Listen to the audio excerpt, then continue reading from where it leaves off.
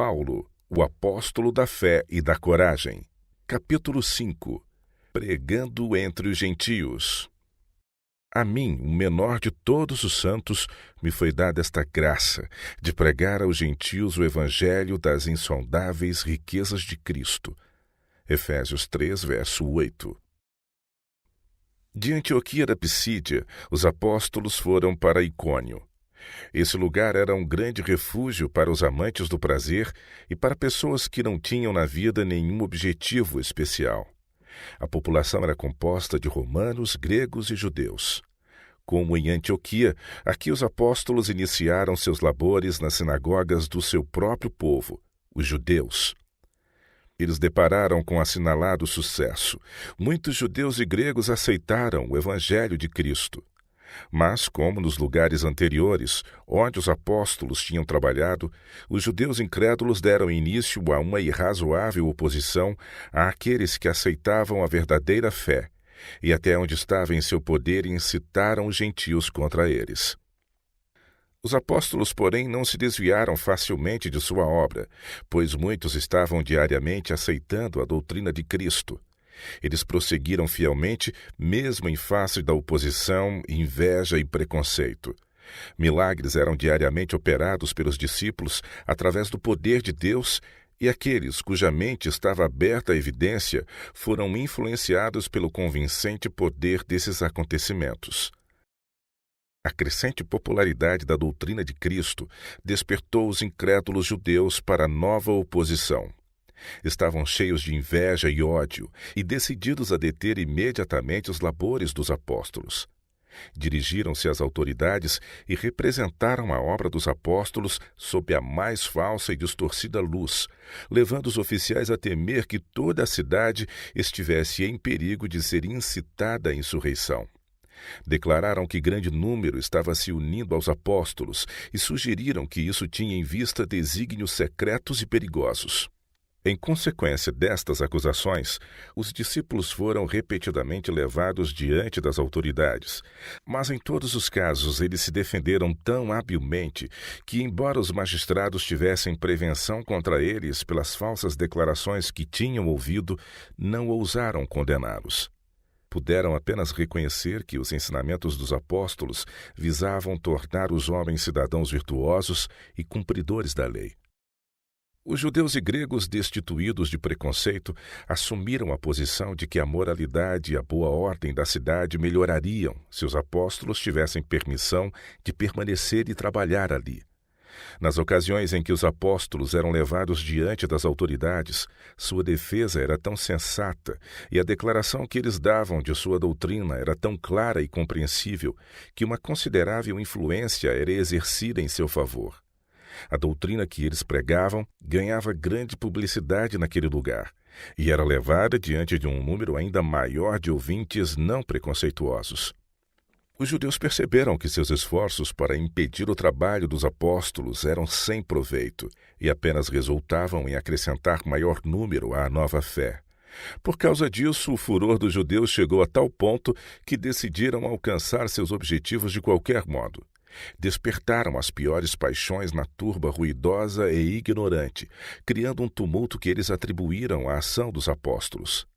Então se prepararam para fazer uma falsa acusação e obter o auxílio dos magistrados para levar avante seu propósito. Decidiram que os apóstolos não deviam ter nenhuma oportunidade de defesa, mas que o poder da turba deveria interferir e pôr um fim aos seus labores, apedrejando-os até a morte. Amigos dos apóstolos, apesar de descrentes, os advertiram dos desígnios dos maliciosos judeus e insistiram que eles não se expusessem inutilmente à sua fúria, mas fugissem para salvar sua vida. Concordes, eles partiram secretamente de Icônio, deixando os fiéis e facções contrárias lutando por si mesmos, confiantes de que Deus daria a vitória à doutrina de Cristo. Mas de maneira nenhuma saíram em definitivo. Propuseram retornar após acalmado o excitamento e completar a obra iniciada. Aqueles que observam e ensinam as obrigatórias reivindicações da lei de Deus frequentemente recebem, de certa forma, tratamento semelhante ao que foi dado aos apóstolos em Icônio. Frequentemente enfrentam uma acerba oposição de líderes religiosos que persistentemente recusam a luz de Deus e que, por meio de distorções e falsidades, fecham todas as portas pelas quais o mensageiro da verdade poderia ter acesso ao povo.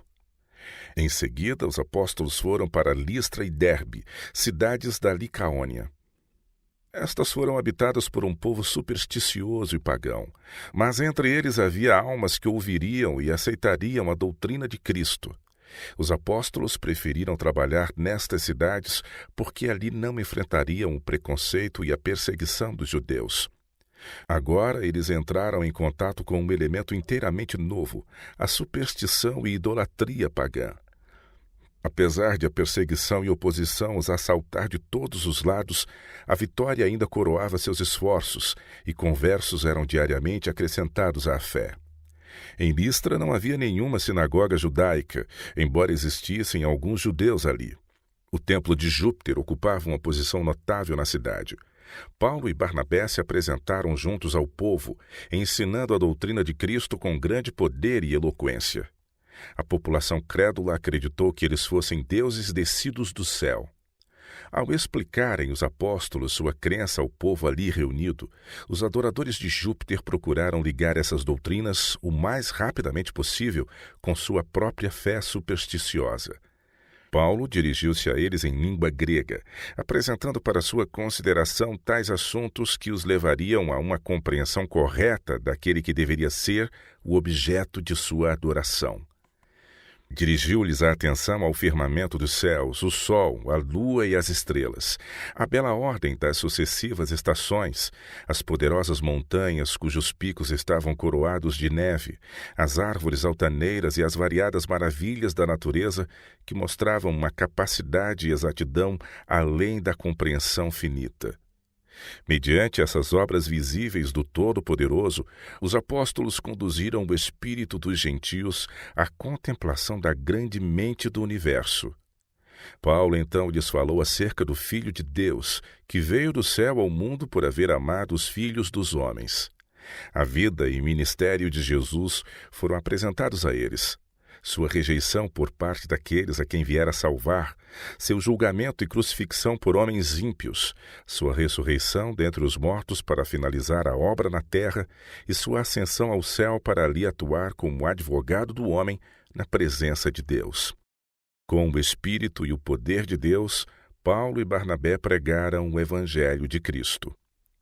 Estando Paulo a falar sobre as obras de Cristo, como alguém que curava os enfermos e sofredores, percebeu um coxo, cujos olhos estavam fixos nele e que recebia com fé as suas palavras. O coração de Paulo encheu-se de simpatia para com o enfermo, cuja fé ele discerniu. E o coxo ansiosamente se apegou à esperança de que poderia ser curado por esse Salvador anunciado pelos apóstolos, que, embora houvesse ascendido ao céu, era ainda amigo e médico dos homens, exercendo mais poder do que quando estivera na terra. Na presença da assembleia idólatra, Paulo ordenou ao coxo que se pusesse de pé.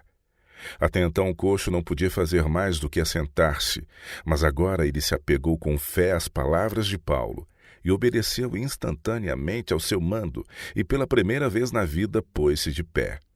Com esse esforço de fé lhe vieram as forças, e aquele que havia sido coxo andou e saltou como se nunca tivesse experimentado uma enfermidade. Esta obra realizada em favor do coxo foi uma maravilha para todos os que a contemplaram. O fato ficou tão bem conhecido e a cura foi tão completa que não houve lugar para ceticismo da parte deles. Os licaônios estavam convencidos de que um poder sobrenatural acompanhava os labores dos apóstolos e clamaram com grande entusiasmo, dizendo que os deuses tinham descido do céu até eles, na semelhança de homens. Esta crença estava em harmonia com sua tradição de que os deuses visitavam a terra. Conceberam a ideia de que as grandes divindades pagãs, Júpiter e Mercúrio, estavam em seu meio na pessoa de Paulo e Barnabé. O primeiro eles acreditavam ser Mercúrio, porque Paulo era ativo, fervoroso e eloquente em palavras de advertência e exortação.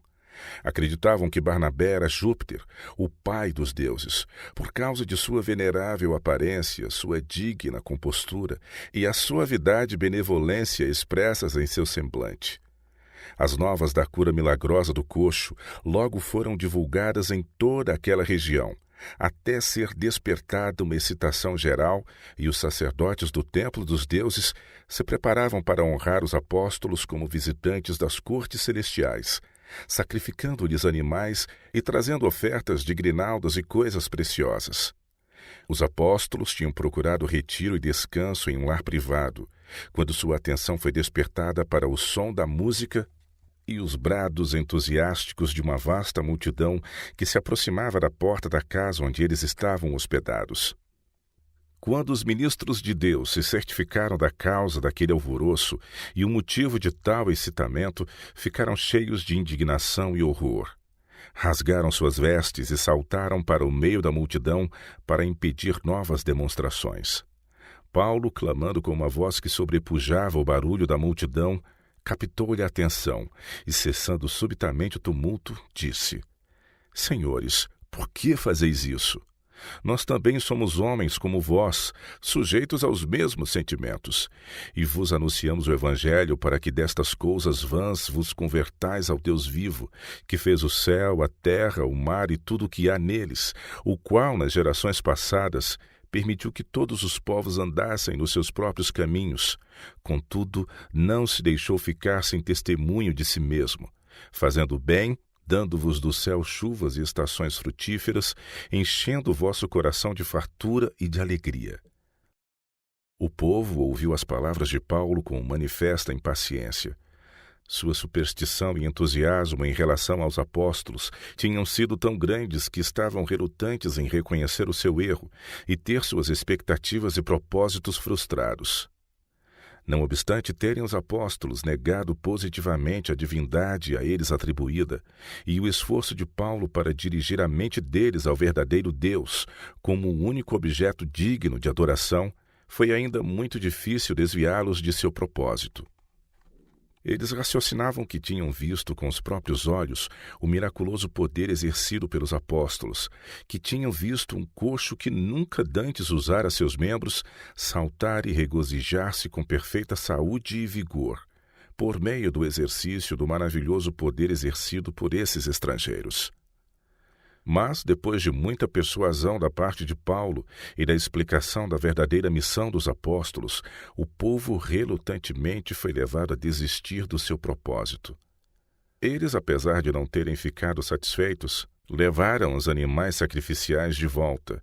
Ficaram, porém, desapontados, porque sua crença de seres divinos visitando a terra não pôde concretizar-se nessa ocasião. O que pensavam eles teria trazido bênçãos a eles e teria exaltado sua religião perante o mundo. E agora uma estranha mudança veio sobre o povo volúvel e excitável, porque sua fé não estava ancorada no verdadeiro Deus. Os judeus opositores de Antioquia, por meio de cuja influência os apóstolos foram expulsos daquele distrito, uniram-se a certos judeus de Icônio e foram no encalço dos apóstolos. O milagre operado sobre o coxo e o efeito sobre aqueles que o testemunharam despertaram-lhes a inveja e os levaram a ir para o cenário do trabalho dos apóstolos e espalhar sua falsa versão sobre a obra. Negaram que Deus tivesse alguma parte nela e afirmaram que isso era realizado pelos demônios a quem esses homens serviam. A mesma classe de pessoas havia outrora acusado o Salvador de expulsar demônios pelo poder do príncipe dos demônios. Eles o haviam denunciado como um enganador e agora infligiam a mesma ira irracional contra os apóstolos. Por meio de falsidades, insuflaram no povo de Listra a amargura de espírito pela qual eles mesmos atuavam.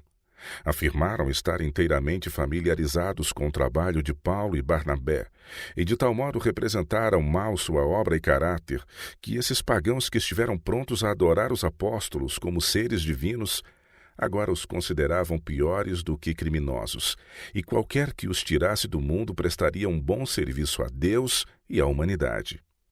Aqueles que creem e ensinam as verdades da palavra de Deus nestes dias deparam com oposição semelhante de pessoas inescrupulosas, que não aceitam a verdade, que não hesitam em prevaricar e mesmo fazer circular as mais vis falsidades, a fim de destruir a influência e obstruir o caminho daqueles que Deus enviou com uma mensagem de advertência ao mundo. Enquanto uma classe compõe as falsidades e as circula, outra classe se encontra de tal modo cega pelos enganos de Satanás que as recebe como se fossem palavras de verdade. Acham-se nas armadilhas do arqui-inimigo, enquanto se lisonjeiam de que são filhos de Deus. É por este motivo, pois, que Deus lhes manda a operação do erro para darem crédito à mentira, a fim de serem julgados quantos não deram crédito à verdade. Antes, pelo contrário, deleitaram-se com a injustiça. O desapontamento experimentado pelos idólatras, por ser-lhes recusado o privilégio de oferecer sacrifícios aos apóstolos, os preparou para se voltarem contra esses ministros de Deus, com um entusiasmo que se aproximava daquele com que os haviam saudado como deuses. Os maliciosos judeus não hesitaram em tirar plena vantagem da superstição e credulidade desses pagãos para realizar os seus cruéis desígnios. Incitaram-nos a atacar à força os apóstolos e os admoestaram a não permitir a Paulo uma oportunidade de falar, alegando que se lhe fosse permitido este privilégio, ele poderia enfeitiçar o povo. Os listrianos precipitaram-se sobre os apóstolos com grande raiva e fúria. Atiraram pedras violentamente, e Paulo, ferido, machucado e desfalecido, sentiu que seu fim era chegado. O martírio de Estevão foi-lhe trazido vividamente à memória, e a parte cruel que ele desempenhara naquela ocasião. Caiu no chão aparentemente morto, e a turba enfurecida arrastou seu corpo inconsciente para fora da cidade. O apóstolo menciona esta ocorrência na enumeração que mais tarde fez de seus sofrimentos por amor da verdade. Fui 3 vezes fustigado com varas, 1 vez apedrejado. Em naufrágio 3 vezes. 1 noite e 1 dia passei na voragem do mar. Em jornadas, muitas vezes em perigos de rios, em perigos de salteadores, em perigos entre patrícios, em perigos entre gentios, em perigos na cidade, em perigos no deserto, em perigos no mar, em perigos entre falsos irmãos. Os discípulos rodearam o corpo de Paulo, lamentando sobre aquele que supunham estar morto, quando ele subitamente levantou a cabeça e se ergueu com o louvor de Deus nos lábios. Para os discípulos isto era semelhante a uma ressurreição, um milagre de Deus para preservar a vida de seu fiel servo. Rejubilaram-se com inexprimível alegria por sua restauração e louvaram a Deus com renovada fé na doutrina pregada pelos apóstolos. Esses discípulos eram recém-convertidos à fé por intermédio dos ensinos de Paulo e tinham permanecido firmes, não obstante a falsa representação e malévola perseguição dos judeus. De fato, a irracional oposição daqueles homens ímpios apenas havia confirmado esses consagrados irmãos na fé em Cristo, e a restauração de Paulo à vida parecia colocar o sinete de Deus sobre sua fé. Timóteo fora convertido pelo ministério de Paulo e fora uma testemunha ocular dos sofrimentos do apóstolo nessa ocasião. Estivera ao lado do seu corpo aparentemente morto, e o viu erguer-se ferido e coberto de sangue, não com gemidos ou murmurações nos lábios, mas com louvores a Jesus Cristo, por ser-lhe permitido sofrer por seu nome. Em uma das epístolas de Paulo a Timóteo, o apóstolo faz referência ao conhecimento que Timóteo tinha desse episódio. Timóteo se tornou o mais importante auxílio para Paulo e para a igreja. Foi o companheiro fiel do apóstolo em suas provações e em suas alegrias. O pai de Timóteo era grego, mas sua mãe era judia e ele tinha sido completamente educado na religião judaica. Se você está aprendendo com esse conteúdo, acesse esse QR Code com a câmera do seu celular para mais conteúdo bíblico.